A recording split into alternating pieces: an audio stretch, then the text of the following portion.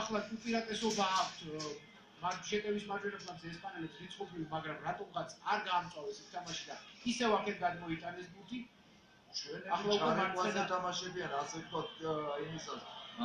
ერთ-ერთი აი კარგი ეპიზოდი. გადასარევი შეტევა შეიძლება წამოვიწყოთ. კი, კატერავა არის ბურთი. შემოაგდო კატერავამ დატოვა ბურთი, მაგრამ ვის შემოუგდო? აუჩი გადავიდა ბურთი. აქ კაჭარავას გამწუნება ალბათ არ არის უპრიანი. ამ ბიჭმა ისეთი რამე მოენდობა. 12 ნომრად ბიზნეს სამყარო. იშვიათად რო ვინმე და რაც მოინდობა მიიღო კიდეც. ხო, ნუ ეს აბსოლუტურად არ არის საჭირო, ნამდვილად გეტყვით.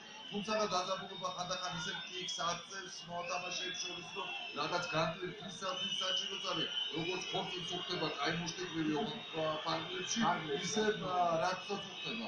მაგრამ ნუ იმ დიდი მედი უნდა ვიყოთ, რომ ამით ყველაფერი დამთავრდა, ბოლი გაუგულშეს მოთამაშეებმა და დაუბრუნდებიან იმ საქმეს, ვისაც არის შეკრებილი 100.000-იანი აუდიტორია. არა, ისე დაუბრუნდნენ, რომ ვიღაცა არ დატოვოს მოედანი, აქ ალბათ NBA ბიზნესს ნამდვილად ეკუთვნოდა, თუ კი იმეს ეკუთვნოდა. უზედ არ მიაყოლეს კიდე შარიკაძე, მგონი რომ მასაც არც მასაც ხდება მთელი ბარით.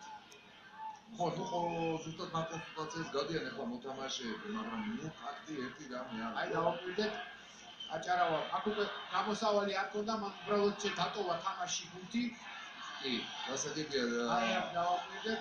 ნუ აი ეს ეპიზოდი ადიდოიზეს სამა გადაამოშე ცოტა. აი ეს უკვე არანაირად აღარ ხდებოდა არაფერს. გასაგებია რომ ხელი კრა გააქცია, ნუ პირველი და მეათე შემთხვევა ნამდვილად არ არის, მაგრამ კი მე დიდი ეჭვი მართლა კიდევ ისინი სამს ჩვენსაც მეაყოლებენ მე რა შარიფაძეს. კი, თუ ერთს გააგდებენ, ალბათ მეორესაც მიაყოლებენ. კარგი იქნება ჩვენი ეჭვები რო არ გამარჯვდეს, მაგრამ საუბედუროთ საჭის ღმათა ჯიბეშხელი ჩამოფილი რომ კაპიტნები უკვე საჭსან არიან, ახლა დაღნაშავეების მოხდებიან საჭის ფედერალიზაციის არეალში და ისე ღმათა ჩამოფილი რომ ეს რა შუაშია? ისთვის გაარკვევ გიორგი ნემსაძე საერთო ეპიზოდში არ მონაწილეობდა.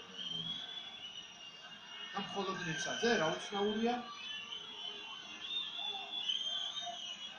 გაყურებულია ხა გიორგი. რა უცნაურია?